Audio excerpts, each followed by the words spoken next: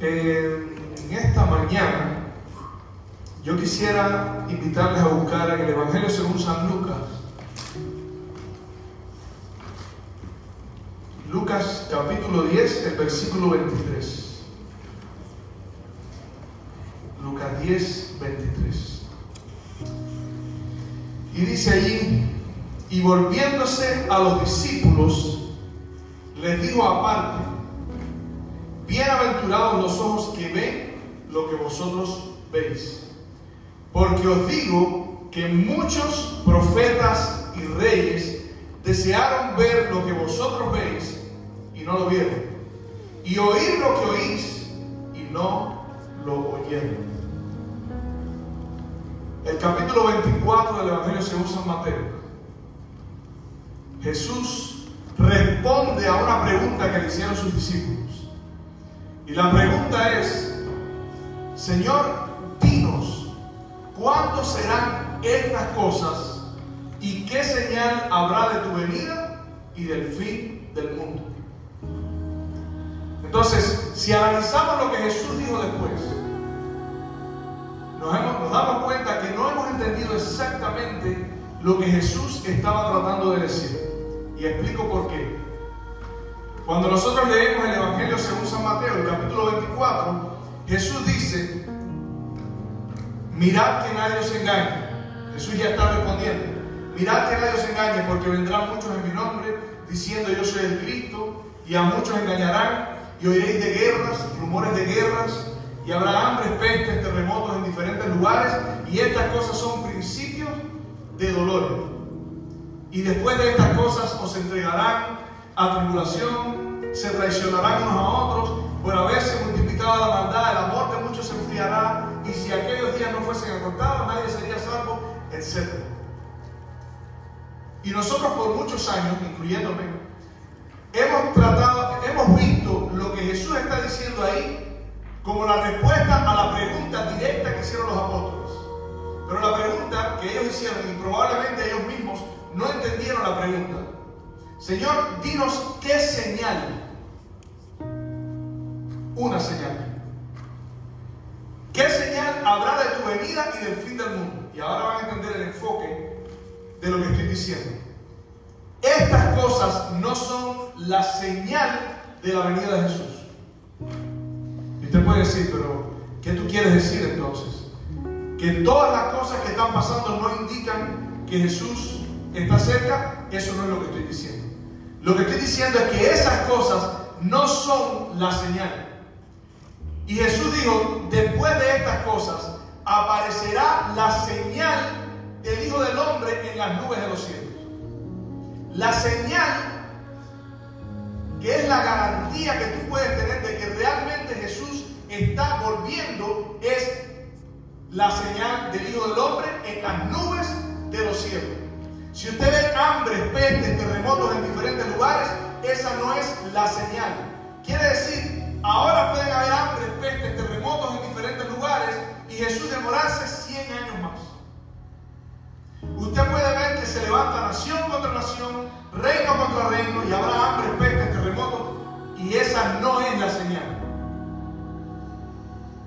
Y los que me escuchen predicando en el internet van a decir: este se volvió loco. Porque siempre lo hemos escuchado hablar de estas cosas como señales de la venida de Cristo.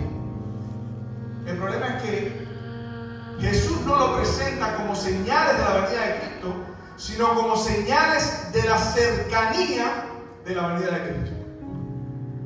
Por eso Jesús le dice a la iglesia: cuando vosotros veáis todas estas cosas, sabed que está cerca a las puertas, pero aún no es el fin.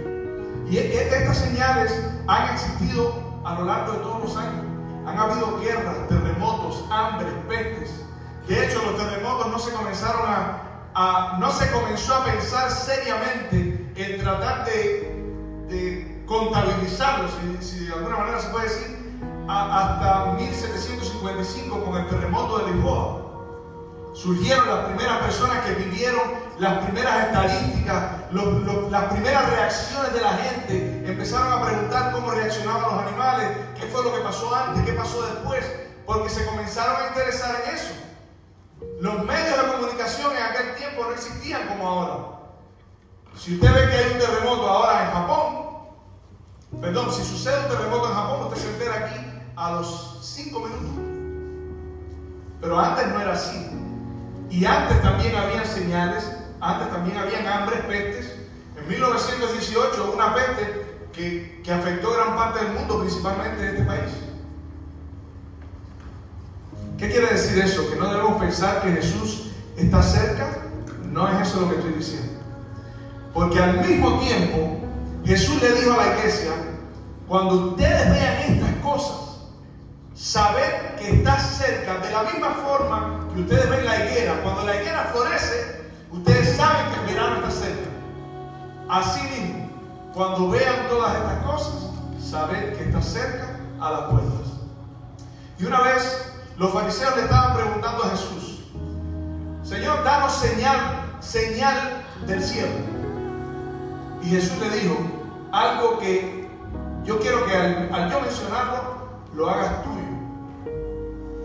Porque son las palabras de Jesús.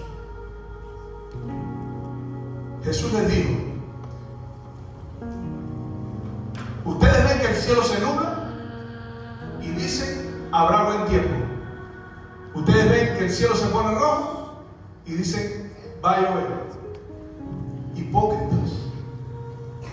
Ustedes saben distinguir las señales del tiempo, del ambiente, del cielo, y las señales de los tiempos no saben distinguir. Y yo quiero decir, si bien estas no son la señal de la venida del Hijo del Hombre, son las señales de los tiempos que dicen que Jesús está más cerca que nunca. Nunca antes en la historia de la humanidad tantas señales habían sucedido al mismo tiempo y a la misma velocidad.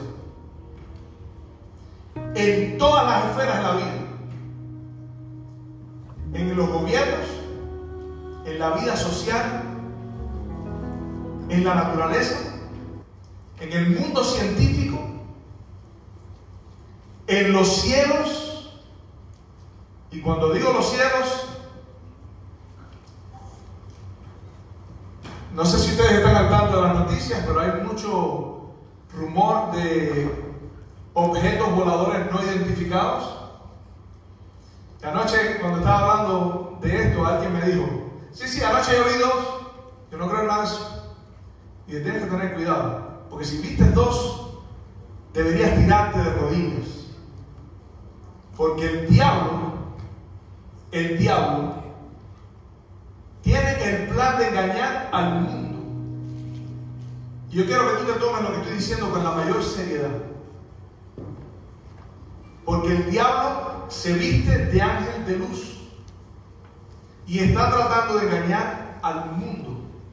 Y eso incluye la iglesia, donde por cierto también hay señales de los tiempos, como estaba diciendo el hermano que estaba hablando de la lección de escuela sabática hoy.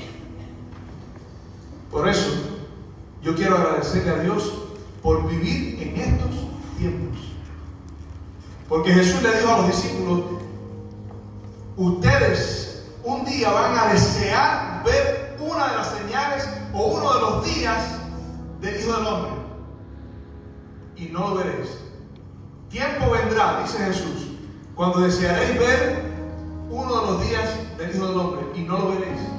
Y Jesús le dice a ellos en ese tiempo, bienaventurados vuestros ojos porque ven, bienaventurados vuestros oídos porque oyen, porque muchos profetas y reyes quisieron ver lo que vosotros veis y no lo vieron, y oír lo que vosotros oís y no lo oyeron. Y yo te puedo decir exactamente lo mismo. Los apóstoles querían ver lo que nosotros estamos viendo y no lo vieron. Y es un privilegio vivir en estos días. Hay muchas razones por las que podemos agradecer. Pero si tú estás viviendo para Dios, si tú estás buscando a Dios porque tú quieres ser salvo, si tú estás esperando a Jesús, si tú estás poniendo tus tesoros y tu corazón en ese lugar donde ni la polilla ni el orín corrompen, ni minan, ni ladrones minan ni hurtan, para ti también es un motivo de agradecimiento. Porque Jesús dice, cuando veáis todas estas cosas, erguíos y levantad vuestras cabezas, porque vuestra redención está cerca.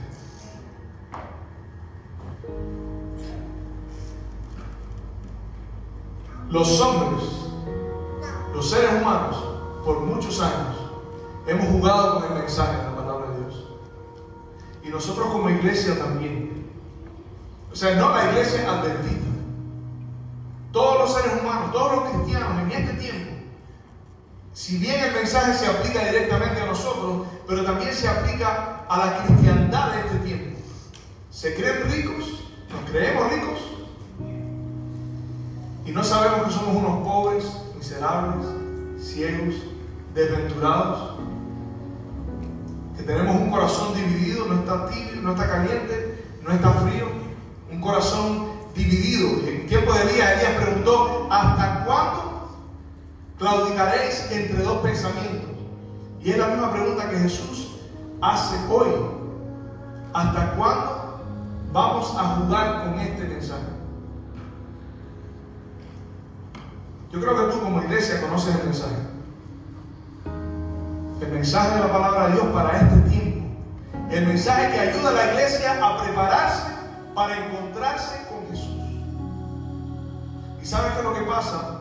Que cuando tú rechazas el mensaje, le abres la puerta al enemigo de tu alma. Y la Biblia dice: por cuanto no recibieron el amor de la verdad en sus corazones para ser salvos, por esa razón viene un espíritu de error, un espíritu de engaño. Y siempre que se rechace la palabra de Dios y el mensaje de Dios, sucede exactamente igual. Nuestra única salvaguardia para vivir el tiempo y pasar el tiempo que viene es el estudio de las Escrituras. Jesús dice: velad y orad, que seáis tenidos por dignos de escapar de las cosas que sobrevendrán y de estar en pie delante del Hijo del Hombre. Nuestra única salvaguardia es entregarle nuestra vida a Dios y tomar esta palabra y ponerla en nuestro corazón, como dice el salmista, para no pecar contra ti. Mi pregunta es: ¿te estás preparando para el regreso de Jesús? Ojalá que la respuesta sea positiva. En la historia, Dios ha intervenido de forma contundente. Se cuenta que el Evangelio, la historia de Dios, la historia de la predicación del Evangelio, la historia de la redención, es Dios interviniendo en la historia. ¿Por qué en la historia? Porque la historia es lo que pasa a lo largo del tiempo, pero Dios no tiene tiempo. Entonces, la manera como nosotros tenemos de contabilizar lo que Dios hace es enmarcar lo que Dios hace en el tiempo. Y así nosotros podemos saber qué es lo que Dios ha hecho y las circunstancias bajo las cuales Él ha actuado. Y a veces cuando nosotros estamos orando, oramos, clamamos, suplicamos y no escuchamos que Dios responde como le respondía a Moisés. A veces necesitamos que Dios intervenga a otro. Y Dios se mantiene en silencio. Y eso ha provocado muchas veces que la confianza de su pueblo, de su iglesia, decaiga. Que sea un motivo para decir: ¿para qué voy a seguir orando si al final no tengo respuesta? Yo quiero decirte, Dios se comprometió con el plan de la redención. Escúchame bien. Dios se comprometió con el plan de la redención y va a llevar ese plan para redimir al hombre a su final, y para hacerlo, para lograrlo, va a hacer lo que tenga que hacer. Así sucedió en tiempo de los patriarcas. Ustedes saben, Dios hizo un pacto con Adán y le dijo: yo te voy a redimir y de tu descendencia va a nacer el Mesías. Y a lo largo de la historia vemos a Dios cumpliendo eso. A veces yo me he preguntado cómo fue que Abraham entró en Egipto vida y ni siquiera se arrepintió, no pidió perdón, no hizo nada. Y Dios mandó plaga a Faraón porque habían tomado a Sarai, su mujer. ¿Se acuerdan de esa historia? Abraham entró en Gerar, donde estaba el rey, y el rey hizo lo mismo que Faraón. Vieron que Sarai era bonita y la tomaron. Y Abraham dijo: sí, ella es mi hermana. Pero Dios había prometido que de Sarai, de Sara, iban a ser el Salvador del mundo.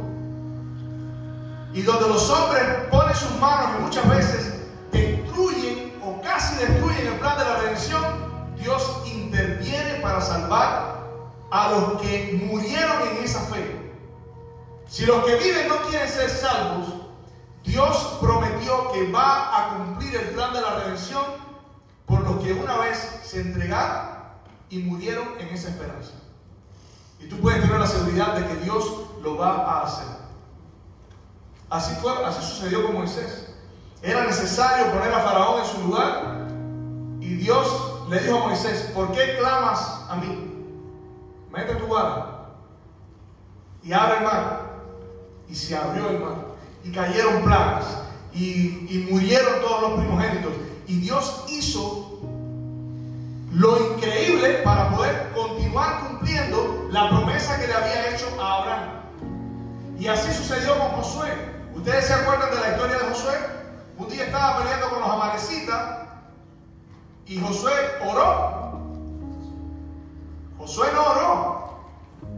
Josué le dijo al sol: sol, detente en Gabaón. Y la Biblia dice que el sol se detuvo. Y yo diría, la tierra se detuvo, porque el sol no gira. Dios va a hacer lo que tenga que hacer para salvar a sus hijos. ¿Decidirás tú estar entre sus hijos? Y han habido tiempos críticos en los que ha estado a punto de perderse todo el mundo. Y muchas veces cuando leemos la Biblia no nos damos cuenta que Jesús está citando el Antiguo Testamento. Ustedes han oído que dice que por haberse multiplicado la maldad, el amor de muchos. ¿Dónde dice la Biblia que en otro tiempo se multiplicó la maldad? En tiempos de Noé.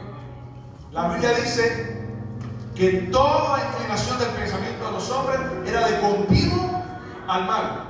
Pero la Biblia también dice que si aquellos días, o sea, el futuro, no fueran acortados, nadie sería salvo.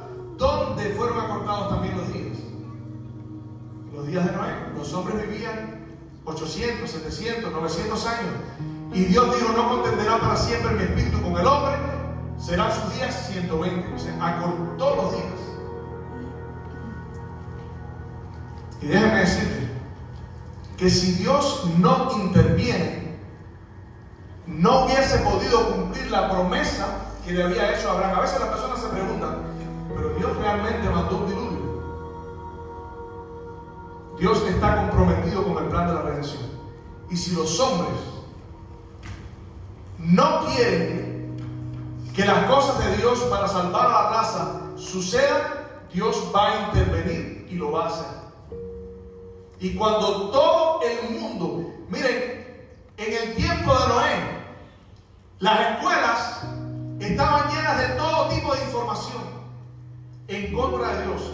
Los hijos de Dios que vivían en las montañas se unieron a los hijos de los hombres porque sus mujeres eran hermosas y comenzaron a vincularse, y llegó el tiempo en que los hijos de Dios perdieron el conocimiento de Dios a un nivel tan grande que la decadencia moral fue tanta que si Dios no destruye el mundo, nadie hubiese sido salvo. Y ustedes me pueden preguntar: ¿de dónde sacaste eso? La Biblia dice que Dios mandó el diluvio para salvar a Noé. No dice que 8 personas fueron salvas del agua, sino que 8 personas, usted lo puede verificar después, cuando tenga la oportunidad, vaya y léalo. 8 personas fueron salvadas por agua. Y si usted analiza la vida de Noé y su familia, uno de sus hijos, Canaán, Can vio a su padre desnudo. Y algunos estudiosos de la Biblia dicen que fue más que eso. Por eso tuvo una maldición tan grande. El avance. Miren, esto es algo que yo sé hace 25 años, hace que yo entré en la iglesia. O sea, por eso a veces cuando la gente me dice, ¿por qué hablas de eso? No es mucho más sencillo no hablar de eso y no decir cosas que inquieten a la gente. No. ¿Por qué tienes que hablar de señales y de papas y esto? Porque hace 25 años yo sé esto. Y yo nunca pensé, sinceramente, que lo iba a ver en mis vidas. Pero la Biblia dice que en el tiempo del fin, como en los días de Noé, iba a haber un aumento en el homosexualismo. Y hoy en día eso, decirlo desde aquí, no suerte que yo no soy un empleado de la conferencia. Pero esa es una de las señales. Usted llega donde están los jóvenes y los que no tienen cierto movimiento aprueban lo que los demás están haciendo. Porque la cultura, esto se ha vuelto parte de la cultura, lo están haciendo totalmente intencional. En las escuelas, en la música, en las películas. Yo tengo un amigo que estaba viendo uno de los programas de Disney que se llama Jurassic Park, algo así. Esa serie tenía los primeros 4 seasons, fueron espectaculares. Y cuando los niños se enamoraron de esa serie, le hicieron así y le pusieron la cuña de 2 niñas besándose. Totalmente intencional. Entonces yo le pregunto, si ellos lo están haciendo intencional, ¿por qué no me tengo que callar? Si el diablo está infiltrando esta iglesia y el mundo cristiano lo está infiltrando al punto de que hoy en día se está enseñando un evangelio que no excluya a nadie. Y esa es la razón por la que hay muchas personas dentro de la iglesia que están enseñando que todos se van a salvar. ¿Usted ha escuchado eso? Miren, y es interesante porque empezaron enseñando eso. Después continuaron diciendo que el sábado no era, ya lo están diciendo, que el sábado no es realmente algo que es importante. Y hace pocos días escuché que ya entraron en la inmortalidad del alma, como el folleto está hablando de la inmortalidad del alma. El alma tiene 3 fases y va primero aquí, va primero allá. Increíble. Por cuanto no recibieron el amor de la verdad. Tú no tienes forma de parar el engaño si tú no estudias este libro. Y no solamente estudiar el libro, porque usted puede, con conocimiento las personas se van a perder. Debemos rendirle la vida a Dios. La Biblia dice, orad que seáis tenidos por dignos de escapar de las cosas que sobrevendrán. Porque el engaño del diablo va a ser tan fuerte que si fuera posible, engañaría aún a los escogidos. Y Lucas 18 dice, ¿por qué los escogidos no van a ser engañados? Dice que Dios le hará justicia a sus escogidos porque claman a Él día y noche. Claman día y noche. Y los que claman, dice Ezequiel, que son los que reciben el sello. El ángel entró y le dijo, mata a hombres, mujeres, niños, todo el que no tenga el sello en su frente.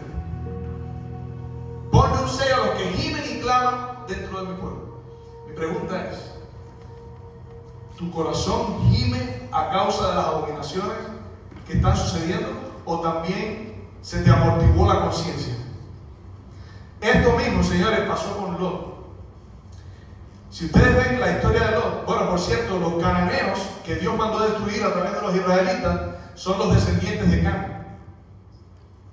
Y ellos hacían lo mismo que los antediluvianos. Por eso Dios mandó a destruir a esa gente también. Nadie sabe a qué nivel esas personas se corrompieron. Al punto que Dios les dijo, si tú haces trato con ellos, ellos te van a arrastrar. Y yo le estaba diciendo anoche a los niños de Kendi, yo no sé cómo los jóvenes lo van a hacer. No sé. Porque cada padre tiene la libertad de tomar su decisión. Usted escogió a Cristo y está tratando de que sus hijos caminen por ese sendero. Pero ellos van a tomar su decisión. Eso es una decisión dura, es una decisión difícil. Y quieres que te diga algo, la historia, y por eso ahora no estoy hablando de los padres, estoy hablando de los jóvenes.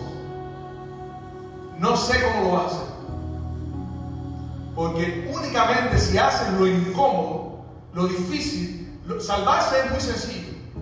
El problema no es que sea difícil salvarse.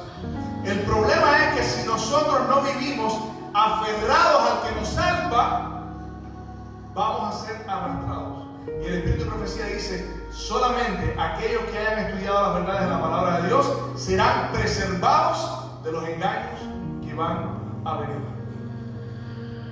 ¿Sabes qué? Los hijos de Lot les pasó exactamente igual. Aún, ustedes saben que Noé salió del barco y se emborrachó. Y ustedes pueden decir: no, es que él estaba deprimido, porque no, si él tuvo tiempo de sembrar, de esperar que creciera, que diera fruto y de cosechar. Y después hizo el vino y se emborrachó. Era justo en su generación, era lo mejorcito que había. Si Dios no interviene, se pierde. Y con Lot fue igual. Lot, las hijas lo emborracharon.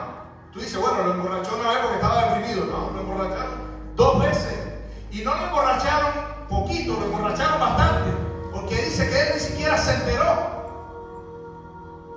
Las hijas tuvieron la iniciativa propia de la abundancia del corazón, abra la boca. Lo que tenían en su corazón fue eso. Se acostaron con su papá.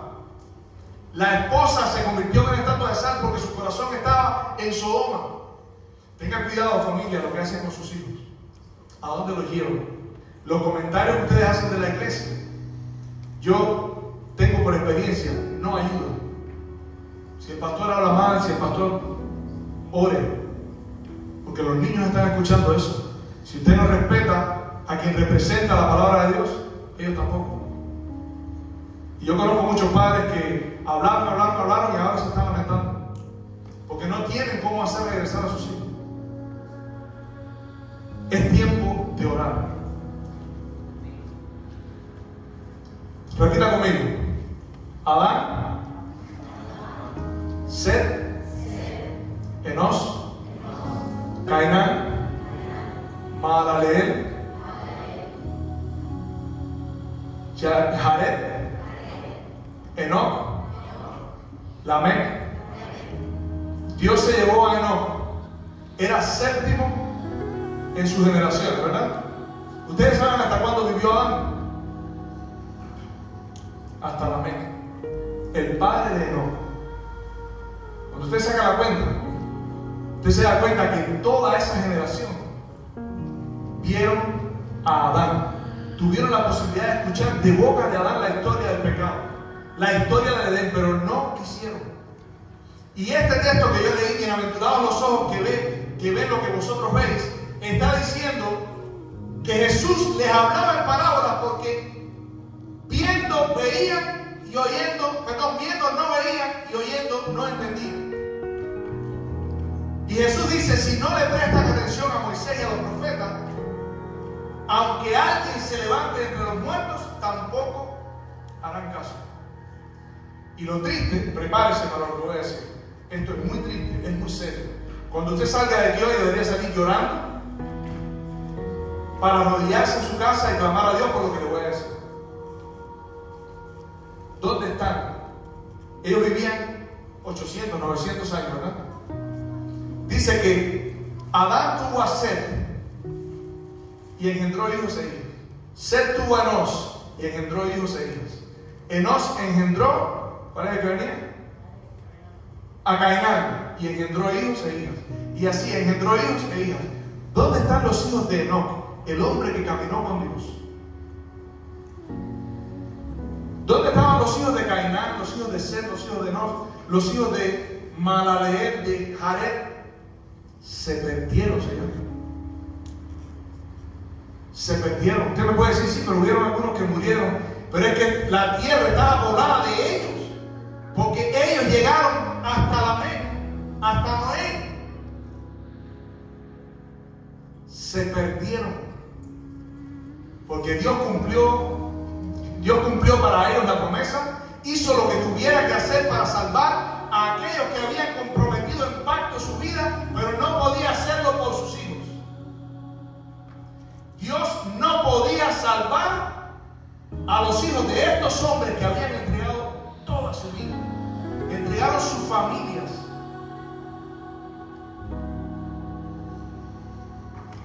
La historia de Moisés es muy similar. Hoy por la mañana descubrí algo que yo no pensé que iba a encontrar. Dios siempre nos habla a través de su escritura.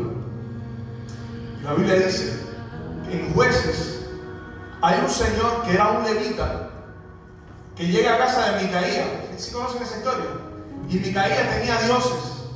Él le había robado dinero a su mamá y se lo devolvió, y la mamá le dijo: bueno, mira, para que hagas una imagen para Jehová. Y él tomó eso, hizo una imagen, tenía terafines, tenía éfod, tenía un culto idolátrico particular en su casa. Y un joven levita viene y le dice: tú eres levita, tú puedes oficiar en mi casa, yo te voy a pagar un salario. ¿Sí? ¿Recuerdan esa historia? Y después vinieron los de la tribu de Dan y se lo llevaron con todo. Esa no es la noticia. La noticia, ¿saben quién era ese muchacho? Ese muchacho era Jonatán.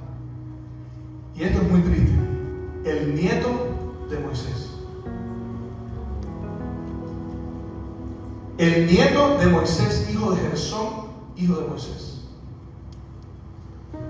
¿Cómo eso es posible? Y la historia se repite con los hijos de Aarón, con los hijos de Elí, con los hijos de Samuel, con los hijos de David. Es como para ir a la casa y arrodillarse y clamar por nuestros hijos. El diablo viene por tus hijos. No te quepa la menor duda. Tú tomaste la decisión, pero a ellos les toca tomarla de ellos. Ojalá que tú puedas entregar en sus manos el estandarte con un nivel de vida tal que ellos puedan decir: yo quiero hacer lo que hizo mi papá. Yo quiero servir al Dios que servía a mi papá. Porque ellos no repiten lo que tú les dices. Ellos repiten lo que ven hacer.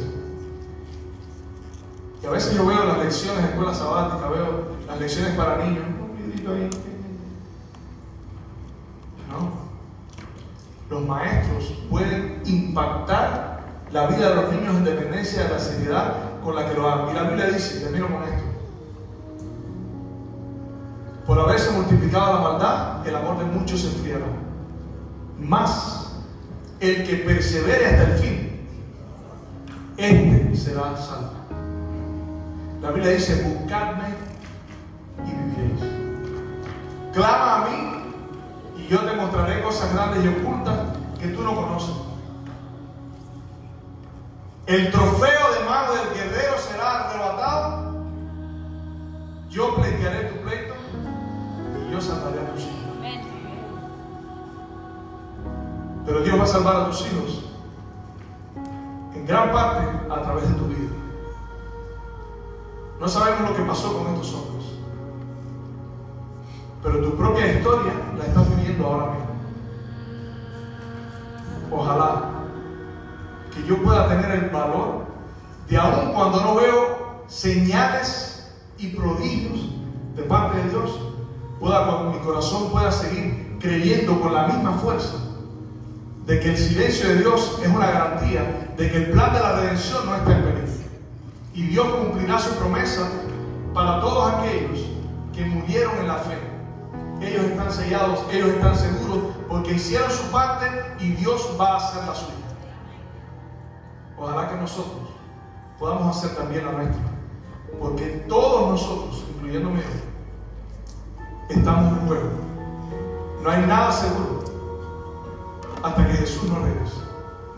Pero si tú estás entre esas personas, es fácil salvarse, pero es muy fácil también que seamos entretenidos, distraídos, a tal punto de que si tú decides no seguir la corriente, vas a aparecer en tu propia iglesia un extraño, vas a aparecer en tu propia iglesia un extremista, vas como decimos los cubanos, pesado, no es pesado, debería ser pesado, pero los cubanos decimos pesado. Eso es alguien que no le cae bien a nadie. Porque como dijo el hermano, estamos viviendo en tiempos en los que Pablo dijo, predica la palabra. A tiempo y fuera de tiempo. Porque vendrán tiempos cuando no sufrirán la sana doctrina, sino que teniendo comezón de oír se amontonarán maestros conforme a sus concupiscencias, que apartarán el oído de la verdad y se volverán a las fábulas. Se volverán a las fábulas. La palabra de Dios no es una fábula. La palabra de Dios tiene el propósito de hacerte apartar del pecado, de darte victoria sobre el pecado, de darte victoria sobre tus defectos de carácter. Es duro, es difícil, es incómodo, porque a veces es difícil mirarnos a nosotros mismos y decir, Dios puede salvar a esto, pero Dios quiere darte la victoria. Búscalo, entrégale tu corazón y deja que la incomodidad de la espada que penetra y parte los huesos sea eficaz en tu vida, porque la Biblia dice eso, que la palabra de Dios es viva y eficaz y más cortante que espada de doble filo. Es cortante, pero es eficaz. Toda escritura es inspirada por Dios, útil para enseñar, para redarguir, para instruir en justicia, a fin de que el hombre de Dios sea perfecto, enteramente preparado para toda buena obra. Esta palabra te puede hacer sabio para salvación. No le creas a nadie. El que no se pare aquí con un escrito está, no le creas. Porque estos daños de los que yo les estoy hablando, entraron a la iglesia, ya entraron, para arrasar como un fuego en bosque seco. Va a arrasar, por cuanto no recibieron el amor de la verdad en sus corazones. Quiero hacerte una pregunta. ¿Te gustaría en esta mañana ponerte de pie y decirle, Señor, es serio esto, es serio el asunto? Yo quiero entregarte mi vida. Yo quiero entregarte mi corazón. Yo quiero estar entre esas personas que en paz pueden pensar que tú regresas por segunda vez, que no tienen temor, porque el verdadero amor echa fuera el temor, y el amor de Dios te limpia, el amor de Dios te purifica, el amor de Dios te transforma y te prepara para recibir a Jesús.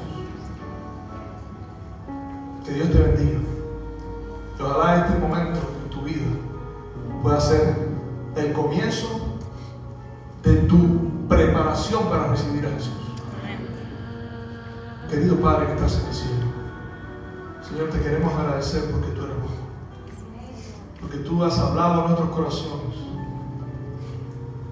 tú has abierto nuestro entendimiento con tu palabra que rompe la piedra, con tu palabra que quema todo lo que nos sirve, con tu palabra que nos pincha como clavos que hincan, nos incomodan para que no estemos tranquilos y continuemos en nuestros pecados. Gracias por arrancar de nuestro corazón la conformidad. Y gracias también por poner en nuestro corazón la certeza de la salvación. Sé con tu iglesia en esta mañana. Sé con tu iglesia en el mundo entero. Y Padre, sé con todas las personas. Asísteles. Prepáranos para recibirte, porque sabemos que tú regresas muy pronto. En el nombre de Jesús.